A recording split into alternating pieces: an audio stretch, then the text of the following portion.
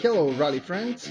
1 week before the beginning of the new RBI season, we will meet you with two champions from 2016.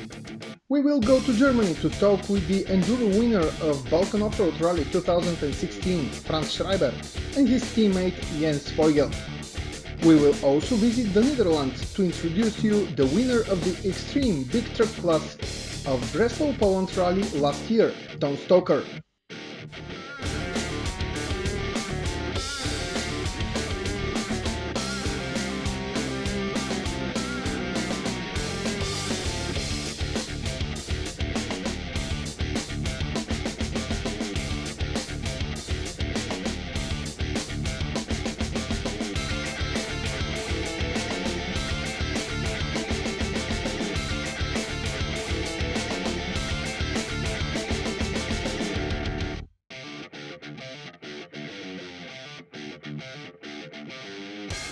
A year ago, Franz and Jens were doing enduro and thinking about trying something different. They signed up for the Balkan Offroad Rallye, not knowing what to expect. Well, Franz won that race after dramatic last days in the company of serious veteran riders. Now we can hear from Franz and Jens what was their experience from last year. Ich bin Franz Schreiber, wohne in Wolkenstein und fahre seit meinem 6. Lebensjahr Motorrad, bin jetzt 24. Mein Name ist Jens Weigelt, wohne in Wolkenstein, bin Vater von 3 Kindern. Ich bin mit Sport groß geworden. Seit meinem 5. bis 6. Lebensjahr betreibe ich aktiv. Am Anfang des Jahres zusammen vor dem Fernseher gesessen und da kam die Paris-Dakar oder jetzt Rallye-Dakar und da habe ich gesagt, Mensch Jens, so eine Rallye, das würde mich schon mal reizen. Und da hat er dann gesagt, na ich habe da was, mir ist da schon mal was zugeflogen und dann haben wir im Internet mal geschaut auf der Internetseite und dann war noch mal ein Artikel in der enduro.de, glaube ich, drin. Wir haben eigentlich versucht, den nächstmöglichen Rallye-Termin zu finden. Da war zwischendurch Polen. Das hat sich aber dann überschnitten mit Ferienzeit, hier mit den Kindern halt. Ne? Und das nächste, was dann gepasst hat, einfach von der Zeit her, das war Balkan. Enduro entscheidet sich alles innerhalb einer Sonderprüfung. Das ist im Gegensatz zur Rallye. Die Sonderprüfung dauert bei der Rallye eine Stunde und beim Enduro dauert die Sonderprüfung 6, 7, 8 Minuten. Da musst du in 8 Minuten alles geben. Da kommst du raus, hast einen Puls von 180. Und das ist einfach ein anderes Ziel, was man da verfolgt. Auf der Rallye muss man konstanter, gleichmäßiger, schnell fahren. Darf mit der Konzentration nicht aus dem Rotbuch rauskommen, sonst verfährt man sich sofort.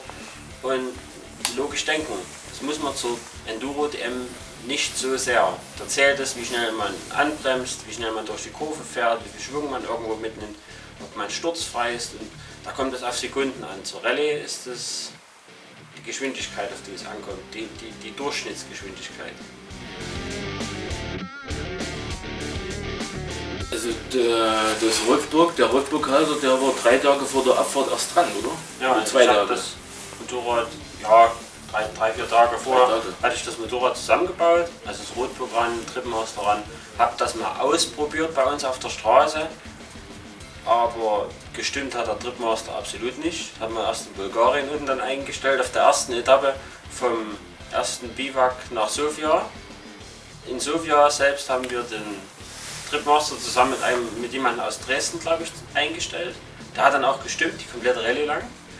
Und sonst vorher noch nie, ich habe noch nie mal einen Rotbook gesehen. Ich wusste nicht mal, wie das aussieht, wie die Bilder sind, was die Symbole bedeuten, habe ich nicht gewusst. Wurde uns erst erzählt vom Kranhold Philipp in Bulgarien selbst, einen Tag vor dem Start. Ja, einen Tag vor dem Start.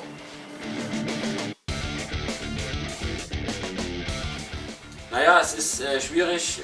Einerseits, wenn man anderen Fahrern hinterherfährt, konzentriert man sich selbst nicht mehr aufs Rotbook und dann erwischt man sich, wie man schon der Tripmaster eine ganz andere Kilometrierung anzeigt, wie das Rotbook überhaupt.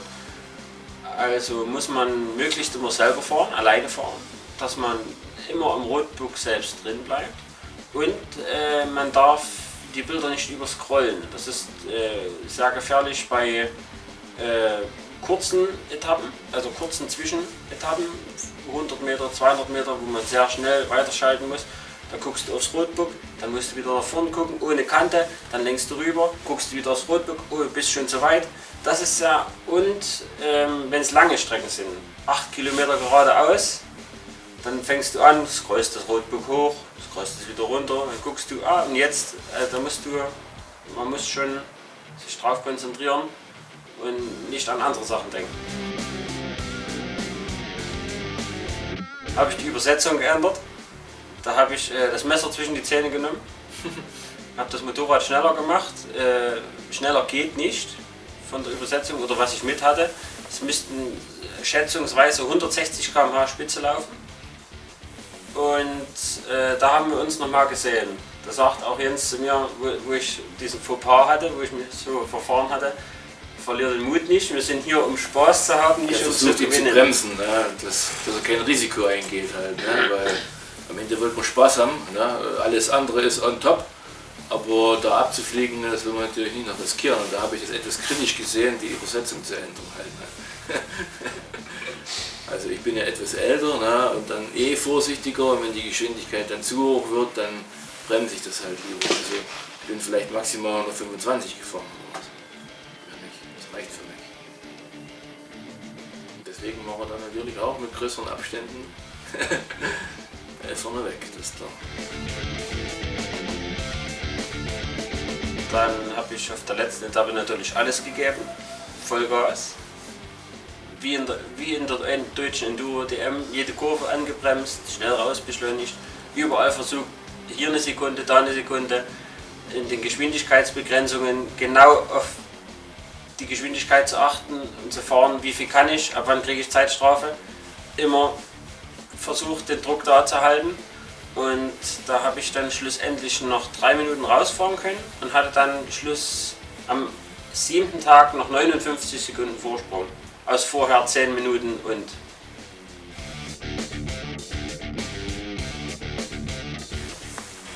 Ja, ich würde den Tagessieg nehmen. Der Sportler sagt immer, er will seinen Ehrgeiz irgendwo, und den will er befriedigen, und demzufolge will man natürlich irgendwo gewinnen oder selbst seine eigene Leistung, wenn man die beste Leistung schon für sich selbst an den Tag legt, ist ja auch schon für sich selbst ein Sieg, ein Ziel, ein Sieg. Aber natürlich ist es schöner mit Tagessieg. Enduro class in the Balkan Offroad Rallye. You can see a rare form of male bonding happening here. We wish Franz and Jens a lot of luck in the RBI rallies, and we are going to the Netherlands to meet one man who is on the verge of big change. Stoker has been racing with big trucks for years, but now he's ready to downsize his passion, going with a car. But last year was one of the best for Ton in Breslau, Poland. He won the extreme race in the big truck class. My name is Ton Stoker. I'm obviously from the Netherlands. I'm 54 years old and have my own business, gas station, several with my brother.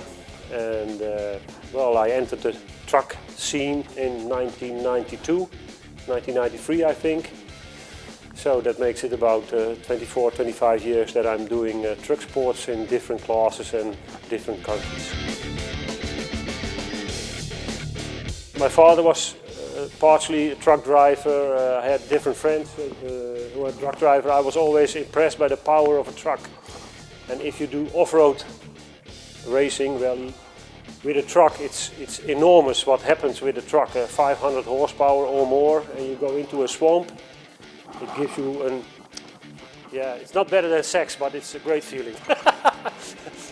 So that always inspired me to do with the truck driving. But now, after 20, 30 years, it's not gone. I love still trucks, but new things.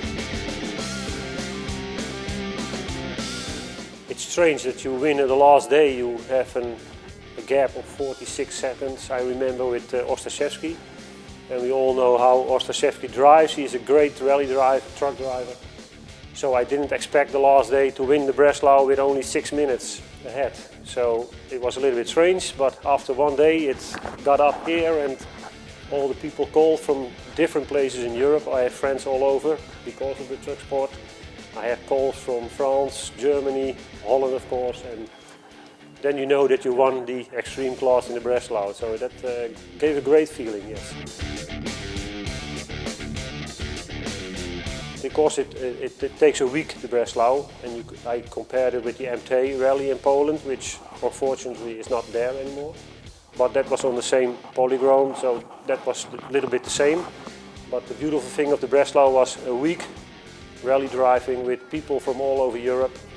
The rally driving is of course very important, but making friends was much more important than the rally. That's the biggest thing in the Breslau.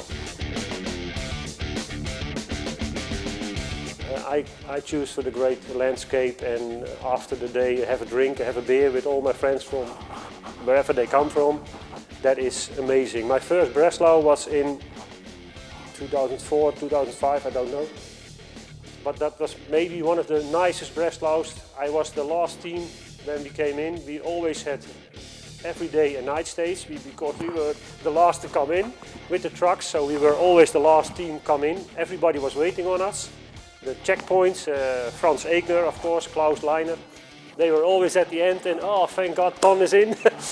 But that was maybe one of my most beautiful Breslaus. The people all together having a beer and making cars together, repairing them together with all the people.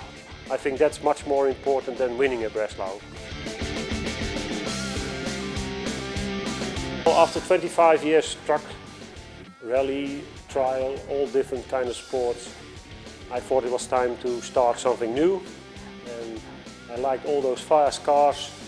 And I wanted to change the tire in 15 minutes, not in 3 hours or 4 hours. That was my goal. And I got a tip from you, Neil, that this one was Desert Warrior was for sale in Holland. And I wanted to drive also in Holland, the Dutch Championship.